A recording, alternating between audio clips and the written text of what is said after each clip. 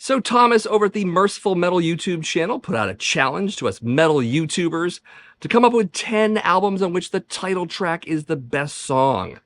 So I'm going to rummage through my vinyl collection, give you my choices that fit the bill, and maybe talk about the tracks as well. Yeah, let's do that.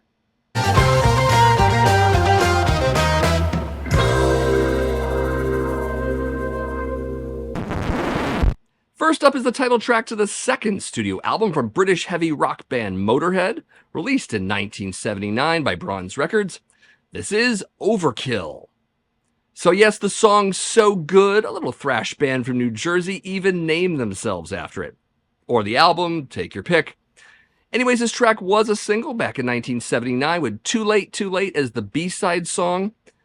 The single also reached number 39 in the UK singles chart.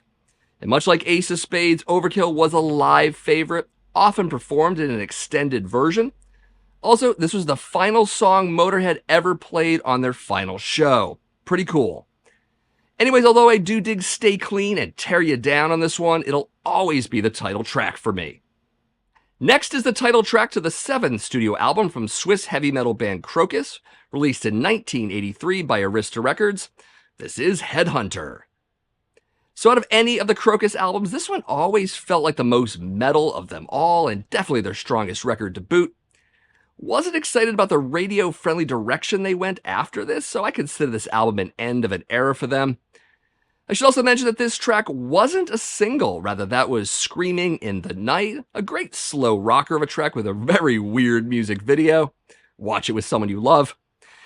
Eat the Rich, as well as the BTO cover song Stayed Awake All Night, were singles as well, and they're decent tracks though. I'd say that Ready to Burn is my second favorite on this one. But yeah, title track definitely opens the album for a reason, and that's because it's got that driving riff as well as those alternating snarls and screams from Mark Storacci. They also broke away from being an AC/DC clone on this album, but then went to second-rate hair metal afterwards. So consider Headhunter, the album, and the title track to be a bit of a sweet spot. Next is a title track to the second studio album from Canadian heavy metal band Anvil, released in 1982 by Attic Records. This is Metal on Metal. So a definitely classic metal anthem, but I'll be honest, I'm not a big Anvil fan.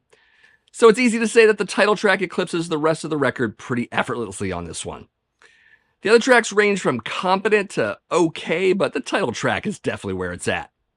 Anyways, it was never a single, though Stop Me was a single, which seems an odd choice both then and now. I mean, that song sounds more like a bad Cheap Trick song than a single track. Anyways, Metal on Metal, great, albeit simple metal anthem that's fun to headbang to. I mean, my God, that riff, right? Next is the title track to the debut studio album from American metal band Damen Thorne, released in 1986 by Roadrunner Records. This is Sign of the Jackal. So, a band a lot of folks don't know about. I mean, Damen Thorne, clearly named after the lead character in the Omen movies, is a Chicago band in the heavy speed metal genre. Production on this record was passable, but not great, though the songs are there for sure. But above them all is the title track with its killer aggressive siren vocals and an almost gallop to the main riff. Anyways, a bit of an obscure gem from the era of 80s indie metal, but you should definitely check this one out. Next is a title track to the debut studio album from British heavy metal band Grim Reaper, released in 1983 by Ebony Records. This is See You in Hell. So, folks of a certain generation, not mine, will remember the song being taken apart by Beavis and Butthead, a long-since defunct animated show on MTV. They're pretty ruthless to this song, but I gotta say it is still such a killer metal tune, with the song title sung way too many times, but still delivering with its power chord assault and those ear-piercing vocals from the late Steve Grimmett, especially that extended scream at the end of the song. Love that part to this day. Anyways, the song opens the album, and while the rest of the record is quite listenable, it never seems to match or even exceed its title track. Just doesn't. And also, fuck Beavis and Butthead. This song goddamn rips. Next is the title track to the debut studio album from American thrash metal band Faith or Fear, released in 1989 by Combat Records. This is Punishment Area. So sadly, another band that a lot of folks don't know about. They were on the Ultimate Revenge 2 concert home video as well as the live album version back in 1989, along with Forbidden, Death, Dark Angel, and Raven. Then they broke up in 1991, reformed in 2002, broke up again in 2003, then reformed again in 2008, and are more or less still around. They did put out a second album in 2012 called Titanium, which is actually pretty good, but not available on the vinyl format. Anyways, much of Punishment Area, the album, is pretty good, though it's the title track that'll always grab me. Solid aggressive thrash with hints of the melodic and a short spoken part that may or may not hold up now. And although lack of motivation comes in at a close second, the title track is really something. If you haven't heard them, you should definitely look into this one. Next up is the title track to the debut studio album from British heavy metal band Raven, released in 1981 by Neat Records. This is Rock Until You Drop. So first off, fun fact, this is the very first studio album released by Neat Records. Right on the back cover it says 001, right in the corner there. Venom's Welcome to Hell was number 2, and so on.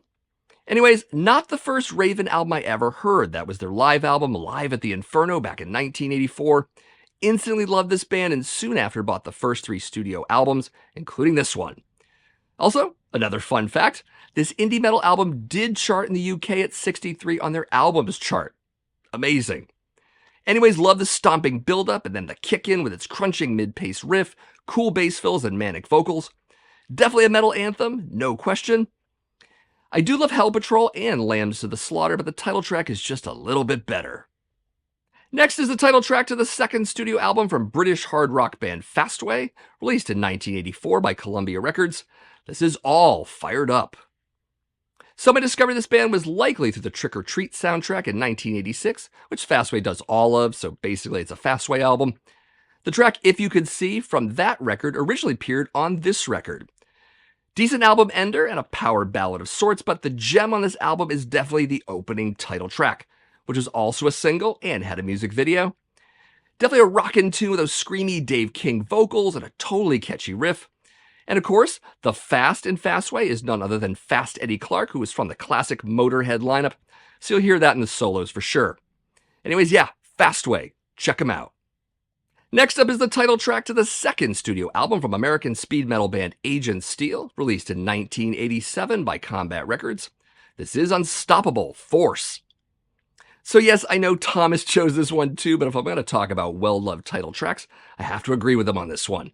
In fact, this was the very first album I thought of before watching his video, so here we are. Anyways, love the ambient passage leading straight into the aggressive speed riffing, not to mention the angrier Jeff Tate-inspired power vocals. Fun fact, the album was recorded at Morris Sound Studios a little before it made a name for itself by recording otherwise classic death metal records. Also, Juan Garcia here on guitar, who would later go on to Evil Dead. And although Never Surrender would be a close second for me on this one, it will always be the title track that stands out on top. Again, a title track as the album opener, which again in this case makes sense. Agent Steel, Unstoppable Force. Next is the title track to the fourth studio album from British heavy metal band Saxon, released in 1981 by Carrere Records. This is Denim and Leather. So I'm sure someone else in the VC picked this album because it's a pretty obvious choice. Always loved the line, "Where were you in '79 when the dam began to burst?" I was in 6th grade, I was living in a shitty desert town in Nevada, dating an identical twin, and very much in awe of the spectacle that was Kiss, but just hadn't discovered the heavy metal at the time. Wish I had then, because this is such a killer metal anthem, rife with power chords and Biff's wailing vocals. Interesting thing is that this is the album closer, not an opener. But it actually works well in that way because it leaves you with this fantastic anthem. And for some reason, I feel that, at least in spirit, a good comparison might be Defenders of the Faith by Judas Priest.